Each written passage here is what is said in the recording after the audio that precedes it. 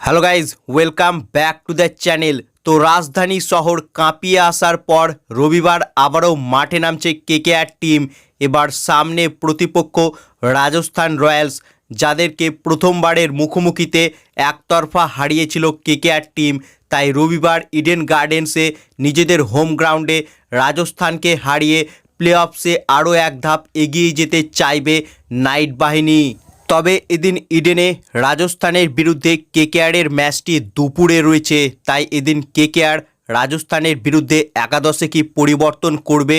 কারণ এই ম্যাচে মঈন আলীকে খেলানোর একটা সম্ভাবনা রয়েছে, কারণ আগের ম্যাচে রাজস্থানের বিরুদ্ধে মঈন আলী কিন্তু দারুণ বল করেছিল, তাই মঈন আলীকে একাদশে নিয়ে আসার একটা সম্ভাবনা থাকতে পারে। এছাড়াও ভেঙ্কাটিসায়ার সে একেবারেই আউট অফ ফর্ম রয়েছে, ব্যাট হাতে একেবারেই ছন্দে নেই। লাস্ট ম্যাচে তাকে ইম্প্যাক্ট প্লেয়ার হিসেবে দিল্লির বিরুদ্ধে দ্বিতীয় ইনিংসে তাকে ইম্প্যাক্ট আউট করে দিয়েছিল কেকেআর, এর ফলে দ্বিতীয় ইনিংসে তাকে ফিল্ডে দেখা যায়নি। অর্থাৎ ভেঙ্কাটিসায়ারকেও রাজস্থানের বিরুদ্ধে বাদ দেওয়ার একটা সম্ভাবনা রয়েছে, কারণ কেকেআরের কাছে মনীষ পান্ডের মতো অভিজ্ঞ প্লেয়ার রয়েছে। মিডল অর্ডারে সে ভালো খেলে এবং কেকেআরের জন্য কিন্তু ভালো পারফর্মও করেছে এই মনীষ পান্ডে।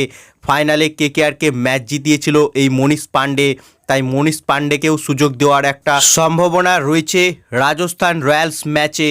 তবে আমি পার্সোনালি চাইবো যে মনীষ পান্ডেকে ভেঙ্কাটিসায়ারের জায়গায় খেলানো দরকার কেকেআর টিমের, কারণ টিমের জন্য ভাবতে হবে কেকেআর টিম ম্যানেজমেন্টকে।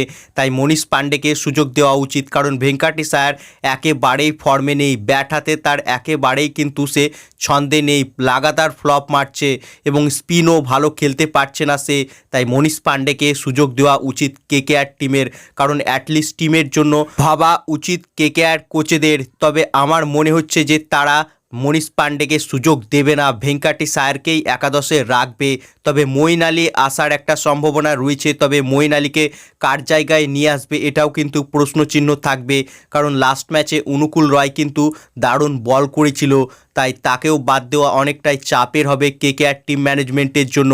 সব মিলিয়ে রাজস্থানের বিরুদ্ধে কেকেআরের একাদশে কি পরিবর্তন হবে তা কিন্তু বেশ ইন্টারেস্টিং হতে চলেছে। বাকি তোমাদের কি মতামত? রাজস্থান রয়্যালস ম্যাচে মনীষ পান্ডেকে কি কেকেআরের একাদশে সুযোগ দেওয়া উচিত? তোমাদের কি মতামত এ বিষয়ে তা কমেন্ট করে জানাও, এবং ভিডিওটি ভালো লাগলে ভিডিওটিকে করো লাইক, এবং আইপিএল ও কেকেআর সম্বন্ধে আরও আপডেট পাওয়ার জন্য চ্যানেলকে করো সাবস্ক্রাইব। ধন্যবাদ।